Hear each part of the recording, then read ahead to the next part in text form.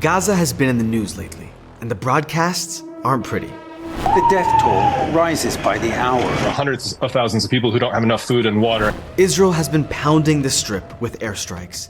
Thousands of civilians have been killed. Thousands more have fled their homes. But there's no way out. Thousands of Palestinians caught in a bottleneck at the Rafah gate. Even before this most recent war, Gaza was a difficult place to live. And that's the understatement of the century. So let's talk about it. What's it like to live in Gaza?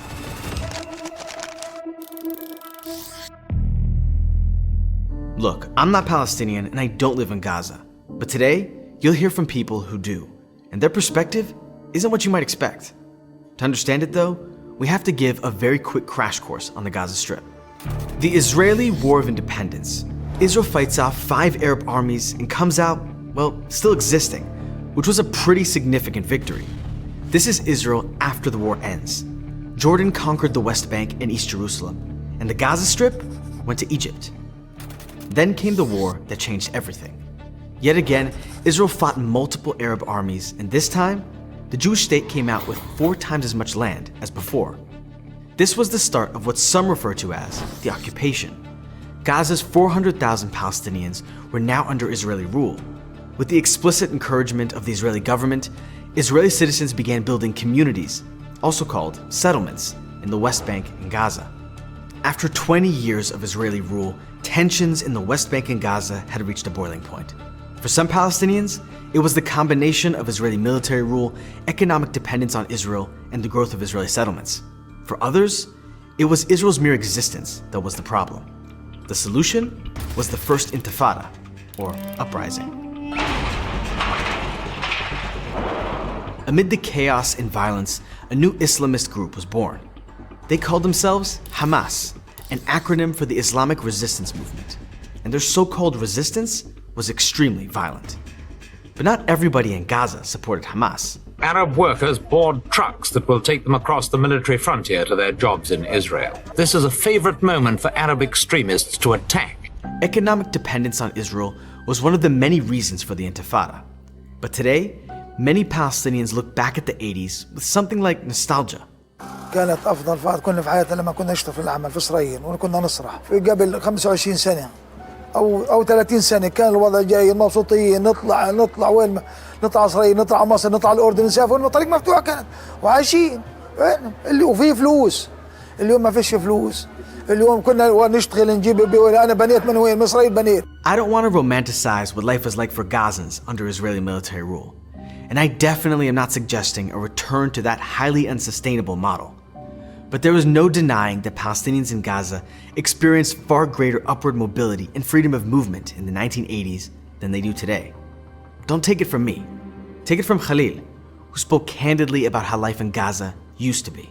كانوا ناس أجدادنا كانوا يقولوا لنا لما تشتغل عند إسرائيلي ويأمن لك حتعيش عنده حياة يعني أنت كنت تتمناها من زمان حتعيش عنده حياة كريمة جدا بس لما هذا يأمن لك يكون في بينكم طبعا احترام.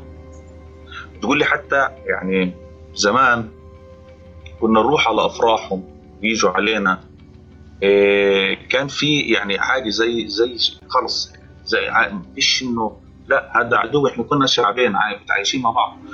But that sliver of mutual understanding and respect didn't last. The Oslo Accords. These controversial peace agreements between Israel and the Palestinians gave the Palestinian people some measure of autonomy for the first time, well, ever.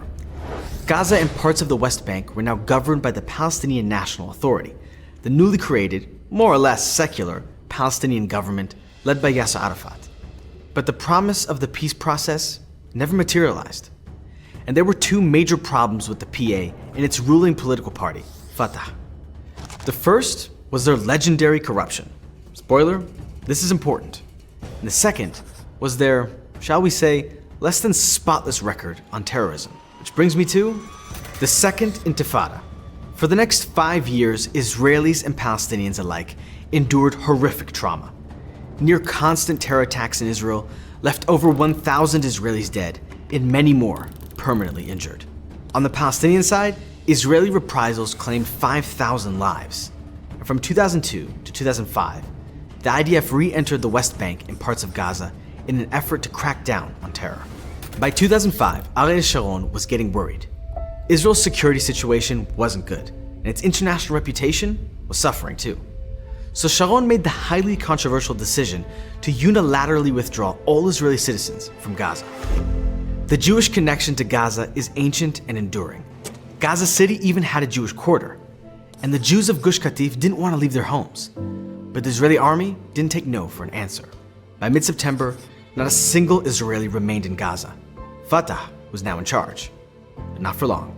As Palestinians prepared to vote, many had one priority: get rid of the corruption.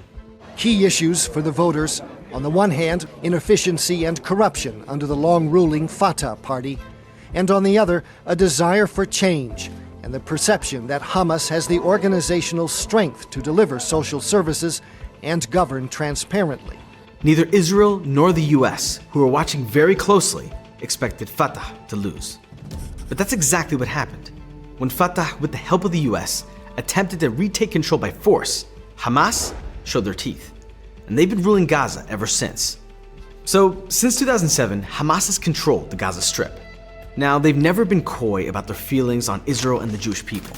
Zionists want to take over the world, Zionists are behind the drug trade and alcoholism, Zionists started the French and communist revolutions, but they're not just anti-Zionist. They're openly anti-Semitic, because their charter also says things like Jews hate Muslims, Jews are warmongers, etc., etc. But let's be honest, Hamas didn't win a majority of seats in the Palestinian parliament just because they're rabid anti-Semites. No, Hamas won because Palestinians were sick and tired of Fatah's legendary corruption. Party leaders grew rich off international aid money while the average Palestinian struggled to eke out a living. In contrast, Hamas's spiritual leader, Sheikh Ahmed Yassin, had spent nearly his whole life building up Gaza's infrastructure, before he turned to terrorism, that is. The people of Gaza appreciated the schools and mosques and clinics that Hamas built, and many appreciated Hamas's strict interpretation of Islam. But if Gazans were hoping for a better future under Hamas, they were severely misled. Gaza shares a border with Israel and Egypt, both of whom immediately closed their borders after Hamas's coup. You can understand why Israel isn't keen to live next door to a government that's pledged to its destruction. But what's Egypt's beef with Hamas? Well, Hamas is an offshoot of the Muslim Brotherhood, an Islamist group that was deeply unpopular with the Egyptian government. So it's 2007. Gaza's neighbors have imposed a blockade. Many Gazans who had worked within Israel now found themselves unemployed or facing long lines at the border crossing. Travel out of Gaza significantly reduced. And to prevent Hamas from building up its terrorist infrastructure, both Egypt and Israel either denied or limited certain goods and services, like fuel or electricity. The thinking went, we'll deny Hamas the means to confiscate supplies for terrorist purposes. And as life in Gaza becomes tougher, maybe Gazans will even overthrow their government. But that's not what happened. Though their citizens suffered terribly, Hamas wasn't deterred by a little blockade. They pounded Israel's south with rockets, and every time they did so, Israel tightened its blockade. But if Israel and Egypt were inspecting everything that entered Gaza, how is it possible for Hamas to import weapons and fuel? It's a good question with a lot of answers. The first is that in 2008, Hamas blew up parts of the fence that separates it from Egypt. And though the Egyptian government really didn't like Hamas, the Egyptian people supported their cause. So the government temporarily turned a blind eye to the breaches in the fence. But Hamas didn't rely solely on the Egyptian government's inconsistent policies.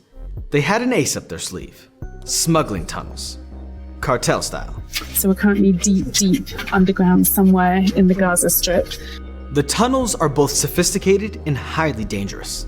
Just ask the children that Hamas uses to build them. 18-year-old Mohammed began digging tunnels for Hamas when he was just 14. While you are digging, the tunnel might collapse at any time and kill you. But many Gazans can't afford to turn down work opportunities. And the tunnels were an important part of the Gazan economy.